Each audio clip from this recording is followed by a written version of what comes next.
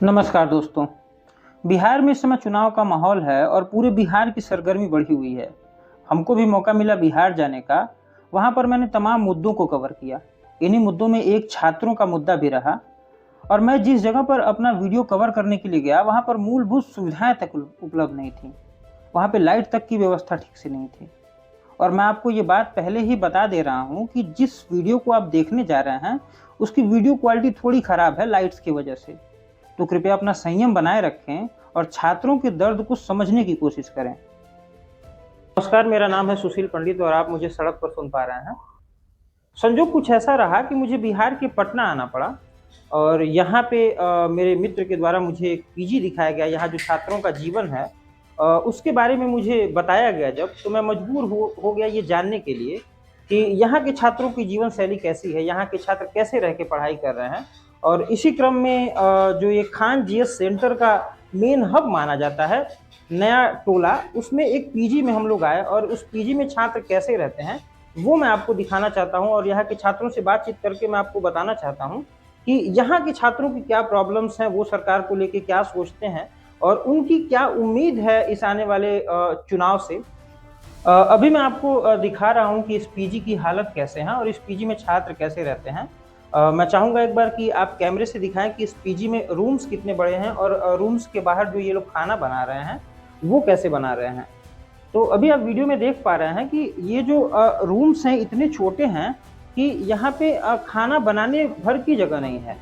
और यहाँ पे ये सारी चीज़ें देखिए, ये जो इक्विपमेंट रखे हुए हैं, बर्तन रखे हुए हैं और ये गैस वगैरह रखे हुए हैं, ये खाना बनाने के लिए है, जो रूम में जगह न होने के कारण बाहर रखे गए हैं। तो इस पीजी में हमें राजेश जी मिले, जो यहाँ पे 2 सालों से रह के बीपीएससी की तैयारी कर रहे हैं। तो हम जानेंगे राजेश जी से कि उनको क्या-क्या प्रॉब्लम्स फेस करने पड़ते हैं यहाँ पे और क्या-क्या उनको उम्मीदें हैं इस सरकार से लेके, और इस चुनाव से वो क्या सबब लेना चाहते हैं और इस चुनाव में वो नया क्या चाहते हैं। तो ये है कमरा नंबर 402 जिसमें हमारे मित्र राजेश जी रहते हैं। आइए सबसे पहले तो हम आपको कमरा दिखाते हैं कि कमरा कैसा है, कितना बड़ा है। ये जो पूरा कमरा आप देख पा रहे हैं, एक बार मैं चाहूंगा कि कैमरे से आप दिखाइए। ये जो पूरा कमरा देख पा रहे हैं वो अगर लंबाई में देखें तो 4 कदम है और चौड़ाई में देखें तो 2 कदम है।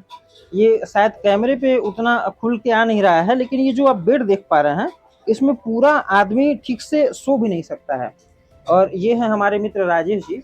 हम राजेश जी से ही बात करेंगे और जानेंगे कि राजेश जी को क्या क्या समस्याएं हैं, क्या।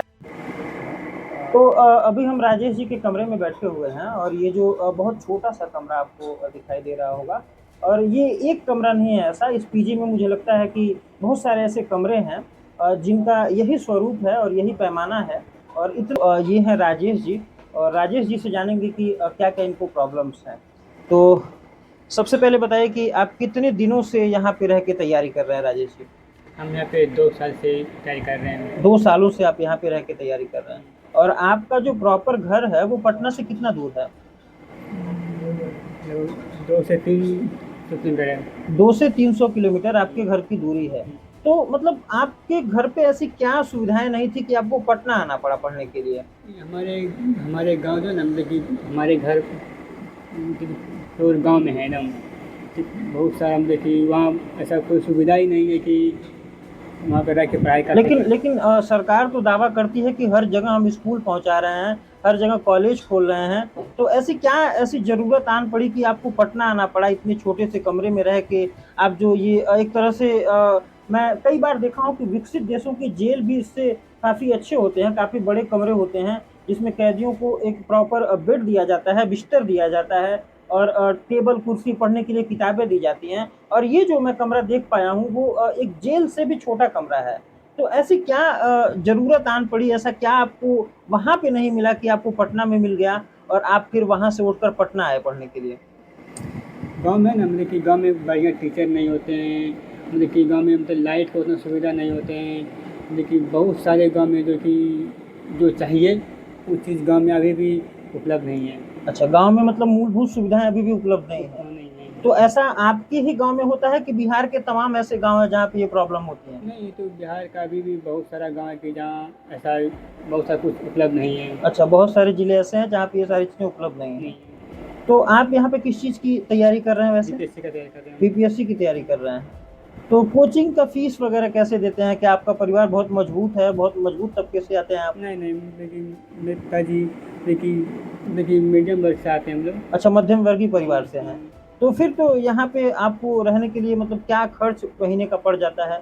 कैसे क्या करते हैं आप? यहाँ पे खास देखिए 5 से 6 हज़ार रुपये में की तो 5 से 6 हज़ार रुपये आपको महीने का पड़ जाता है। और ये खर्च आता कैसे है?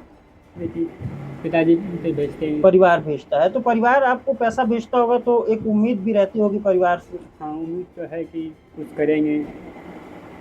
तो अभी 2 सालों से आप तैयारी कर रहे हैं तो घर वालों का दबाव और प्रेशर आता है आपके और ऊपर? 1 साल तो मतलब कि किसी तरह देखिए था कि उतना दबाव नहीं आता था, लेकिन 1 साल से जैसे प्लस होते जा रहा है तो दबाव तो आ रहा है। दबाव आ रहा है आपके ऊपर। कि कब तक हो जाएगा। अच्छा, शादी ब्याह का भी कोई प्रेशर तो नहीं है ना आपके नहीं, ऊपर? ऐसा कोई कुछ नहीं है। शादी ब्याह का भी प्रेशर नहीं है। नहीं। कोचिंग्स वगैरह में कितना पैसा इन्वेस्ट करते हैं और क्या लगता है कि कोचिंग में पैसा इन्वेस्ट करना सही है? कोचिंग में तो इन्वेस्ट किए भी हैं, और जब तक करेंगे नहीं तो फिर अच्छी चीज़ कहाँ से उपलब्ध होगा। अच्छा, अच्छी शिक्षा के लिए आप कोचिंग में पैसे दे रहे हैं। चलिए, बहुत बहुत धन्यवाद आपको राजेश जी। ऐसे ही मन लगा के पढ़िए और मेरी शुभकामनाएं हैं कि आप खूब आगे बढ़िए। जब मैं इस पीजी में आया तो मुझे ऐसा लगा कि मानो मैं किसी छात्र के कमरे में नहीं जा रहा हूँ, किसी गुसलखाने में जा रहा हूँ और कबूतर रहते हों। इस तरह की दुर्गंध है आसपास पूरे मोहल्ले में और इस तरह की पूरी एनवायरनमेंट बनी हुई है। मुझे नहीं लगता है कि इसमें रह के कोई छात्र बहुत अच्छी सुविधा के साथ पढ़ाई कर पा रहा होगा। लेकिन वो कहते हैं कि गरीबी पता नहीं क्या-क्या दिखाती है। और इसी क्रम में हमने देखा कि राजेश जी एक 4 कदम के और 2 कदम की चौड़ाई वाले कमरे में कैसे अपना गुज़ारा कर रहे हैं।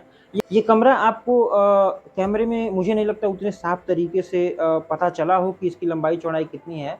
लेकिन आप ये अंदाज़ा लगा सकते हैं कि आपके घर का जो किचन है, ये कमरा उससे भी छोटा है। और मुझे लगता है कि इस मोहल्ले में जितने भी सारे पीजी हैं, उन सारे पीजियों का यही हाल है। एक बार मैं चाहूँगा कि कैमरा पूरा ये दिखा दीजिए। अगर आप देख पा रहे हैं चूँकि रात है बहुत अच्छे से क्लियर आ नहीं रहा होगा, लेकिन ये देखिए पूरा का पूरा ये जो शहर है और इस शहर का ये जो ख़ास मोहल्ला है, इस पूरे मोहल्ले में लगभग सारे बिल्डिंग्स इसी तरह बने हुए हैं। बहुत छोटे-छोटे कमरे हैं और इन सारे कमरों में बच्चे भरे पड़े हैं अरमानों के साथ, उम्मीदों के साथ। और एक सवाल उनके मन में है कि उनका कब कल्याण होगा। और ये जो सरकारें आती हैं और लूप होल जो सरकारों में है, जो परीक्षाएँ कैंसल हो जा रही हैं और जो पेपर लीक का मामला आ रहा है, ख़ास करके उत्तर प्रदेश और बिहार जैसे राज्यों में, और कहाँ तक वर्थित हैं और छात्र इसको लेके कितने प्रॉब्लम्स को झेल रहे हैं। जैसा कि आपने देखा कि ये छोटे से कमरे में छात्र 2-2 साल से 3-3 साल से रह के अपनी पढ़ाई कर रहे हैं और जब एक छोटे से लूप होल की वजह से पेपर कैंसल हो जाता है, पेपर लीक हो जाता है, तो उनको क्या प्रॉब्लम्स आती होंगी। और बहुत सारे ऐसे बच्चे हैं जो सरकार से सवाल पूछ रहे हैं, बिहार सरकार से सवाल पूछ रहे हैं कि उनके लिए सरकार कब अच्छा करेगी, उनके भविष्य के साथ सरकार मज़ाक करना कब बंद करेगी।